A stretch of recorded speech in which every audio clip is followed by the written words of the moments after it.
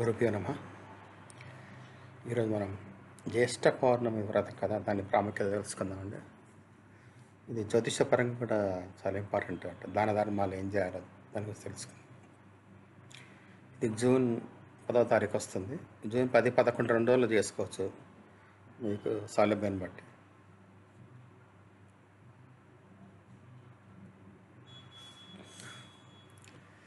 తేదీ జూన్ 10, 2025. దీని వేరే పేరు ఏంటంటే వట పౌర్ణమి అని అంటారు. అంటే వటవృక్షాన్ని పూజ చేస్తాం కాబట్టి వట పౌర్ణమి అని కూడా అంటారు. ఫలితం చేస్తే లాభం ఏంటంటే భర్త దీర్ఘాయు, కుటుంబ ఐశ్వర్యం, పితృరుణ నివారణ, శ్రీ లక్ష్మీదేవి పూజ చేసినందువల్ల మనకు ఆశీర్వాదం వస్తుంది. ఈ వ్రత యొక్క ధార్మికత ఏంటంటే బేసిక్గా సతీ సావిత్రి తెలుసుగా మనందరికీ. సతీ సావిత్రి సత్యవాన్ కథ గురించి దాని ఆధారంగా జరుపుకుంటాం అన్నమాట. సావిత్రి భక్తి వలన యమధర్మరాజు సత్యవాన్కు ప్రాణం తిరిగి ఇచ్చాడు. ఈ వ్రతం ద్వారా స్త్రీలు భర్త దీర్ఘాయు, శుభ దాంపత్యం, పుణ్యఫలాలు పొందుతారు.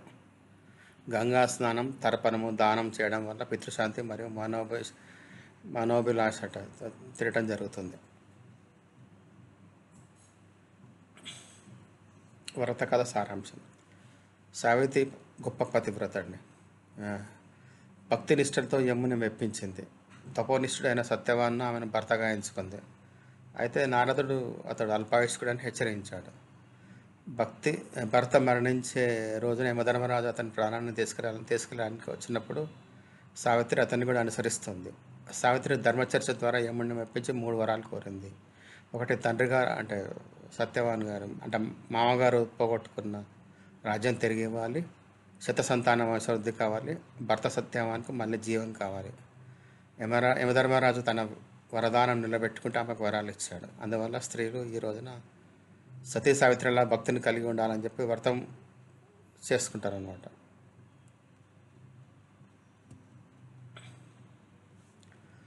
వట పౌర్ణమి వ్రత విధానం. సుమంగళి స్త్రీలకి ఇది స్నానం, సంకల్పం. బ్రహ్మముహూర్తం లేచి శుభస్నానం చేసి వ్రత సంకల్పం చేసుకోవాలి. వస్త్రధారణ మరియు అలంకరణ సంప్రదాయ వేషధారణలు, సింధూరం, గాజులు మొదలు సౌభాగ్య చిహ్నాలతో అలంకరించుకోవాలి. వటవృక్ష పూజ. వటవృక్షపు వేరులకు పాలు, అక్షింతలు, నీరు ఇవన్నీ సమర్పించుకోవాలి. ప్రదక్షిణలు. వటవృక్షానికి 3 సార్లు ప్రదక్షిణ చేయాలి. ప్రతిసారి ఒక దారంతో దాని వృక్షాన్ని చుట్టాలి కదా. సతీ సావిత్రి సత్యవాన్ కథను వినడం మంచిది, లేదా వినడము, చూడడము, చదవడము మీకు ఎట్లయితే ఎట్లా వీలుని చూసుకుంది. దానము. వృద్ధ సుమంగళి స్త్రీలకు వస్త్రాలు, అలంకార వస్తువులు ఇవ్వడం శుభప్రదం. మంత్రజపం అయితే కనుక శ్రీ మహావిష్ణు, లక్ష్మీదేవికి సంబంధించిన మంత్రాలు జపం చేసుకోవచ్చు. వ్రత ఫలితాలు. భర్తకు ఆయుర్దాయం, ఆరోగ్యం కలుగుతుంది. దాంపత్య జీవితం ఆనందంగా ఉంటుంది. స్త్రీలో సావిత్రి లాంటి భక్తి, ధైర్యం మరియు తపస్సు పెరుగుతాయి.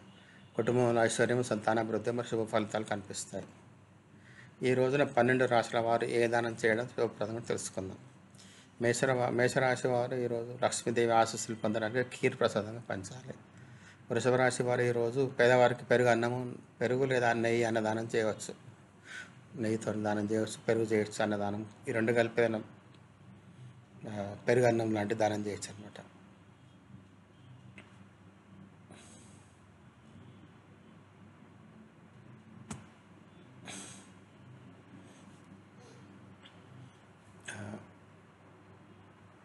మిథునము వారికి వ్యాపార నష్టాలు ఎదుర్కొంటున్న వారు వ్యక్తులు ఈరోజు జ్యేష్ఠ పౌర్ణమి రోజు పాలు లేదా బియ్యం దానం చేయాలి. కర్కాటక రాశి వారు చక్కెర కలిపిన పాలను, మిఠాయిని దానం చేయవచ్చు. సింహరాశి వారు బెల్లం దానం చేయడం శుభస్కరం.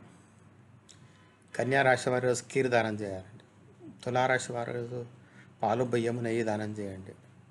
వృశ్చిక రాశి వారు ఎరుపు రంగు దుస్తులు లేదా ఎరుపు రంగులో ఉన్న ఏదైనా వస్తువులు దానం చేయండి. ధనుస్సు రాశి వారు పప్పు ధాన్యాలు దానం చేయడం వల్ల కుటుంబంలో ఆనందం, శాంతి లభిస్తాయి.